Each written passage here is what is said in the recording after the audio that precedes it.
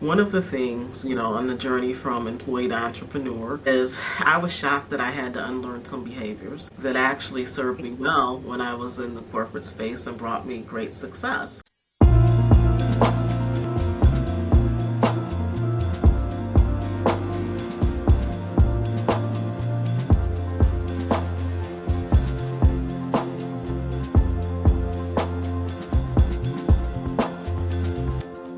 Well, hello and welcome back to the Amanda Kaufman Show. I am joined today by my friend Clenetta Frazier, the HR Whisperer, and I'm so excited to have you on the show. Hello, Clenetta, and welcome. Well, thank you, Amanda. I'm happy to join you. Thanks for having me here. I love it. So, Clenetta and I are both in a business incubator together, and she blew me away with her heart and her heart of service, but also her capabilities. So, Clenetta, I want you to take 30 seconds so that we can get this right. But I was just blown away as like HR compliance, outsourcing, bookkeeping. Like, this is a woman who has figured out a lot in the world of business. And then when I got to know her better, I was like, whoa, no wonder she's so accomplished in her career. Even before she became an entrepreneur, that it's not really a wonder that she's succeeding so much as an entrepreneur today. So, Clenetta, why don't you just take 30 seconds and catch us up on what your specialties are as a CEO in business? All right, absolutely, Amanda. So, like you said, I am the HR Whisperer. I'm Clenetta Frazier, the HR Whisperer, owner of Edmond Enterprises, which houses both our HR firm, the HR Whisperer, and also our financial services agency, Fit Agency. So, we've positioned ourselves to be a one stop shop for all things people related. I myself come from over a 20-year career in corporate America, mostly Fortune 50 companies that were global, where I was able to work my way up through the executive rank. And, like Amanda said, those skills have stayed with me and they were the foundation to equip me to be able to weather these entrepreneurial storms. I love it. It's so good. And I mean, people are the way to scale. I was so excited when you said yes, you would come and join me for a little episode here at the Amanda Kaufman Show. And I think that a lot of times, like especially with online marketing, it can really seem like your success is completely wrapped up in marketing and sales. And what I learned was actually, yes, those are prerequisite skills. You need to be able to market, you need to be able to sell, but the key to unlocking your next level of growth is to move out of that mindset that you have to be a solopreneur, that you got to stay cheap and scrappy all the time, that your real growth comes from being able to activate the potential in other people. So I was so excited when you said you would come here. So I'm just so curious, what would you say to an entrepreneur who is wanting to play a bit of a bigger game? They want to get out of just being a sole proprietor. They want to have broader impact and they're looking at, maybe I should be hiring people, right? Or maybe they have hired some people and they've been a little disappointed on that journey. What would you tell someone who's kind of growing into being a leader as a CEO and starting to enroll talent at the beginning? Yeah, begin to invest in yourself and hone your leadership skills. So, like you mentioned, yes, I come from a pretty accomplished career, but especially through this entrepreneurial journey, I'm continuing to learn, right? And so, Mhm. one of the things that helped me was really leaning into Dan Sullivan's book, Who Not How, last year. That was a game changer for me in scaling. And So so, good. again, of all the years of managing people, managing folks globally, now that I'm on my own with my own people to manage, I have recognized that sometimes I'm not delegating enough, and Mm. sometimes I need to, prepare my teams with, a bit more information or with some SOPs because, again, when you're scaling, you really want to be able to duplicate yourself and 10x yourself so that you can Mhm. maximize your productivity without you yourself having to be involved in all of the revenue generating aspects of your business. Yeah, that's so good. And I love that book. It's Who Not How by Dan Sullivan. I learned as well from another Dan, something that was like really, really impactful on me. So Dan Martell wrote the book Buy Back Your Time. And one of the key unlocks for me, I've had team kind of coming in and out of the Coaches Plaza over the years. And we're kind of in a leaner season, so our team is pretty small, pretty tight, and very intimate. But I'm so glad that I like learned some of these things that you're talking about. And what Dan Martell's book taught me that was super unlocking was this idea of your buyback rate. Because one of the reasons that I never, gave myself permission to ever get help from anybody ever was because I was cheap. And I was like, I need to have that money. I gotta hang on to that money.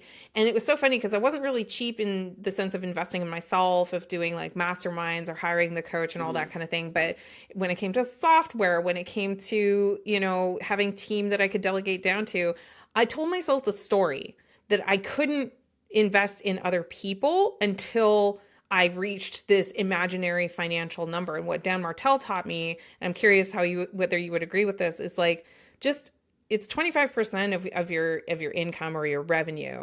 And just like earmark that money like right off the bat to going towards people to help and know that you could hire part-time. And I was like, whoa. So our team right now, we're doing outsourcing mostly because that's like the stage and the place we're at with the business. But I actually have like a bucket that I'm growing based on the revenue that we generate. So I'm not cheaping myself out of hiring people.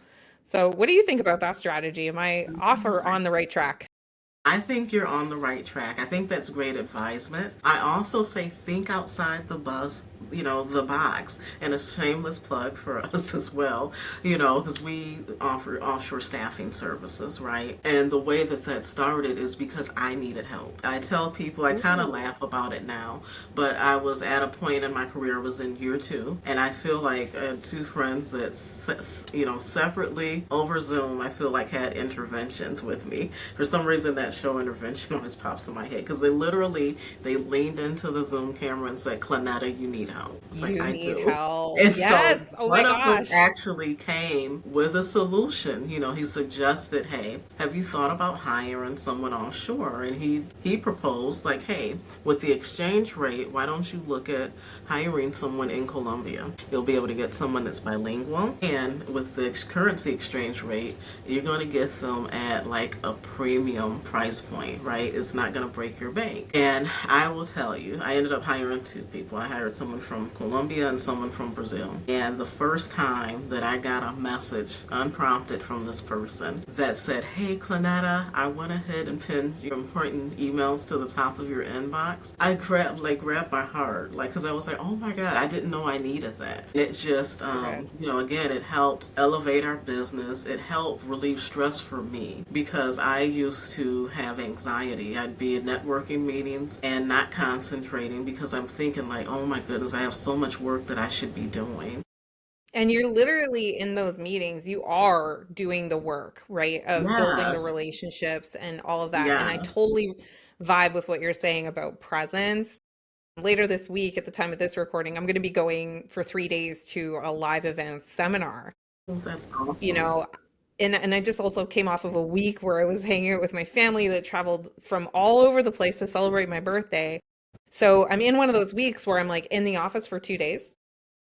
Okay. And I've been so taken care of by having my team that's Hmm. like there to pinch hit, monitor those inboxes to make sure that the things that are actually important this week are scheduled, and anything that can get scheduled in the future is getting scheduled in the future. But I'm not sitting there hovering over my calendar going like, "Ooh, which slot should Yeah. I put this in?" Because I don't know about you, Clenetta, but I find I'm like the biggest betrayer of my schedule. Yeah. Like when I gave No. it to an assistant, that was so life changing because I stopped trying to like squeeze stuff in because he's like, no, these are the Hmm. rules you gave me. Yeah. Right. And he'll follow the rules better than I would. Hmm. No, definitely.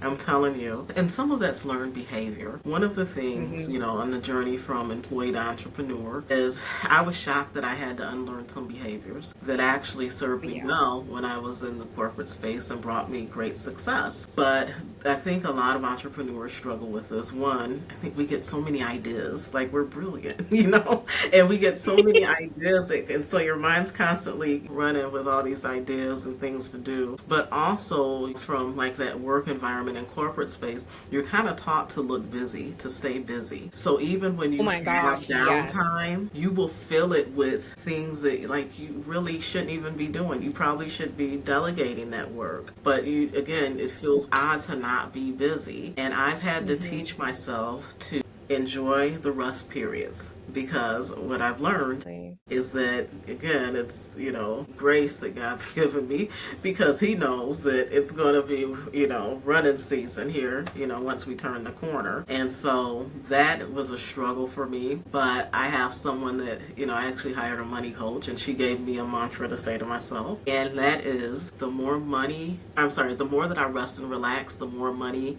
and business comes to me. And I would That's say so that to good. myself. And finally, it's like I was like, okay, I'm okay to rest. And I started creating, I call them summer Fridays, where I shut my calendar down by like noon on Fridays, Mm-hmm. and I don't take any meetings, and I shut it off. One of the things that I implemented in the last year was I free up my Fridays. Like my entire Friday, I It's don't have meetings, period. Right. And it's either yeah, going to be constructive time that I get to build the things I keep promising myself to build, or it is rejuvenation time that I yeah, need. But I really do, I tend to bias to leaning into the work, but I totally agree with you that if it's busy work, if it's work to appear busy, or if it's work to help you with your status among people who are not paying you, then that's kind of like a false positive. And I agree with everything you're saying. It makes so much sense. You said like think outside the box. So what are some common things that you tend to guide your clients into thinking of when it comes to like delegation or talent that maybe they don't think of right away without you prodding them? What would be some of your favorites? yeah. Well, again, the offshore staffing is one, right? It's starting to catch on and become a little bit more normalized. But so many people like would look at me like I had three heads. Like, well, how did you even think to hire someone, there? And the reality is, I've been, leading teams globally for years, right? And so it just became Right. Very natural much to your me. normal. Yeah, it became natural, and I love learning about the different cultures. Totally.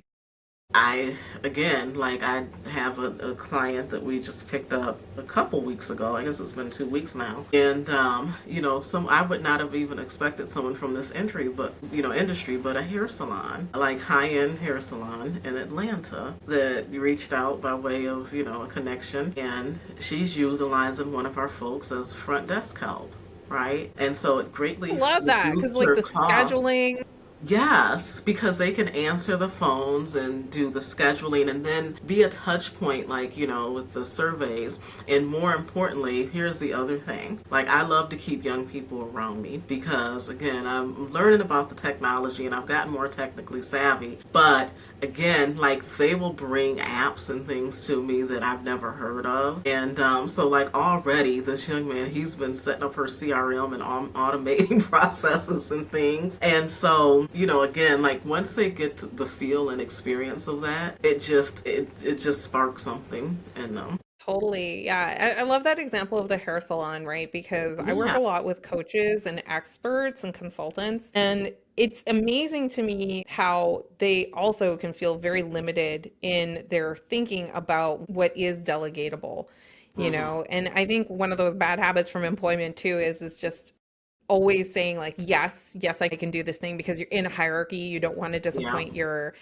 superior, you're in competition with your peers, right? Like it's so easy to simply just say yes and like be the go-to and be the one. Hmm. But it's like the opposite behavior actually gets celebrated as an entrepreneur, that you're a leader, that you're not Yeah. abdicating responsibility, but you are overseeing and creating opportunity for people to actually excel Yeah. in your business and in your presence. And that's like literally what you get paid for. It's not a competition to see how much you can take on for the same salary. Yeah. No, Yeah. absolutely. Absolutely. Yeah. That is I really love key. it. Well, Clenetta, this has been a wonderful conversation. If people wanted to see what you were up to and find out more, what is the best way to follow you? So they should follow me on LinkedIn. You can either follow my page, Clenetta Frazier, or follow the Admin Enterprises page on LinkedIn. Also, check out our website. You can see us at enterprises.com. And once you log on to the site, you're going to see a little freebie there for you. We have a free HR compliance quiz for you to take. It's called your HR Heartbeat. So you kind of know where your organization ranks as it relates to compliance. As soon as you take the quiz and hit submit, it will give you your score. Outstanding. I love that, Clenetta. And thank you so much for coming and spending time with us today. No, absolutely. Again, thank you for having me. My pleasure. My pleasure. Now, dear listener, you'll find all of the links that Clenetta mentioned and more in the show notes below. And don't forget, if you haven't already, to subscribe to the show so that you'll see the next one when it comes out. And hey, do us a favor and pop into the ratings, whichever app you happen to be listening on, and be sure to leave Clenetta 5 stars. She worked really, really hard. But seriously, an honest review does our show wonders. Even if it's a negative review, we want to know so that we can do even better. But seriously, those positive reviews, they really do help bring people into listening and wanting to hear more. So we really appreciate you taking the 30 seconds to do that. And one more little quick favor, if you can share this episode with 2 or 3 of your entrepreneurial besties, that'd be awesome, because they need to know that they don't have to build alone. They need to know that they can outsource and think outside the box, like Clenetta was saying. So go ahead, grab the link wherever you're listening to this and send it to them over text, and then we can spread the love that way. All right, y'all, we'll be back with another episode very soon. Until then, take care and do what matters.